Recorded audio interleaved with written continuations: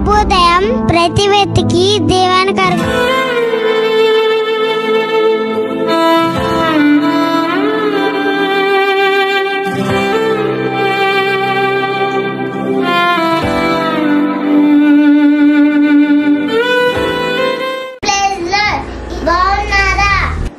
ప్రభుదయం అందరికీ ప్రైజ్ చూడండి.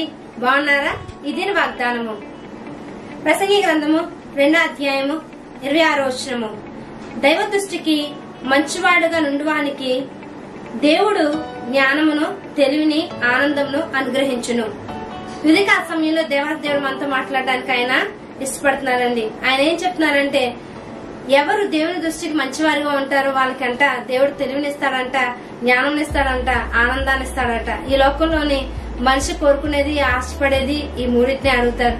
జ్ఞానం ఉంటే ఏదైనా సాధించగలం, తెలివి ఉంటే కూడా ఏదైనా మనం సంపాదించగలం, ఆనందం ఉంటే ఈ లోకంలో ఆనందం కన్నా దేవునిలో ఉన్న ఆనందం మరి ముఖ్యంగా చాలా ఇంపార్టెంట్.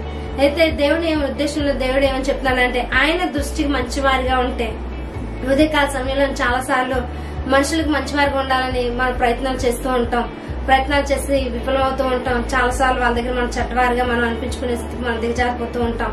కానీ దేవుడు ఏమని చెప్తున్నాడంటే, ఆయనకు మంచివారిగా ఉంటే దేవుడు మనకి ఆయన ఇస్తారంట, జ్ఞానం ఇస్తాడంట, తెలివినిస్తాడంట, ఆనందం ఇస్తాడంట. జ్ఞానం కలవాడు బండ మీద తన ఇల్లు కట్టుకుంటాడు, తెలివి కలవాడు తన గృహాన్ని కట్టుకుంటాడు. తన ఆనందం కోసం ఈ లోకంలో చాలా మంది అనేకమైన పనులు చేస్తూ ఉంటారు. అయితే ఆనందాన్ని పొందుకోకుండా ఉంటారు. కానీ మనము ఆనందంగా ఉండాలి, జ్ఞానం కలిగి ఉండాలి, తెలివి కలిగి ఉండాలంటే మన దేవుని దృష్టికి మనం మంచివారిగా ఉండాలి. కాబట్టి ఇప్పటి వరకు నువ్వు దేవుని దృష్టిలో మంచివారిగా లేకపోతే ఇక నుండైనా మంచివారిగా ఉంటే దేవుడు మనకి జ్ఞానంలో, తెలివిని, ఆనందం ఇచ్చి మనల్ని సంతోషపెడతారు. కాబట్టి ప్రార్థన చేసుకున్నాం. యేసయ్య నీకు వందనాలు చెల్లిస్తున్నాం తండ్రి. ఈ లోక ఆనందం కన్నా ప్రభువా మీలో ఉన్న ఆనందము శ్రేష్టమైనది, విలువైనది అని బట్టి మీకు వందనాలు చెల్లిస్తున్నాం. అయ్యా తండ్రి దేవా, నీ దృష్టి మేము మంచివారిగా ఉండే భాగ్యం మాకు దయచేవలసిందిగా వేడుకుంటున్నాం.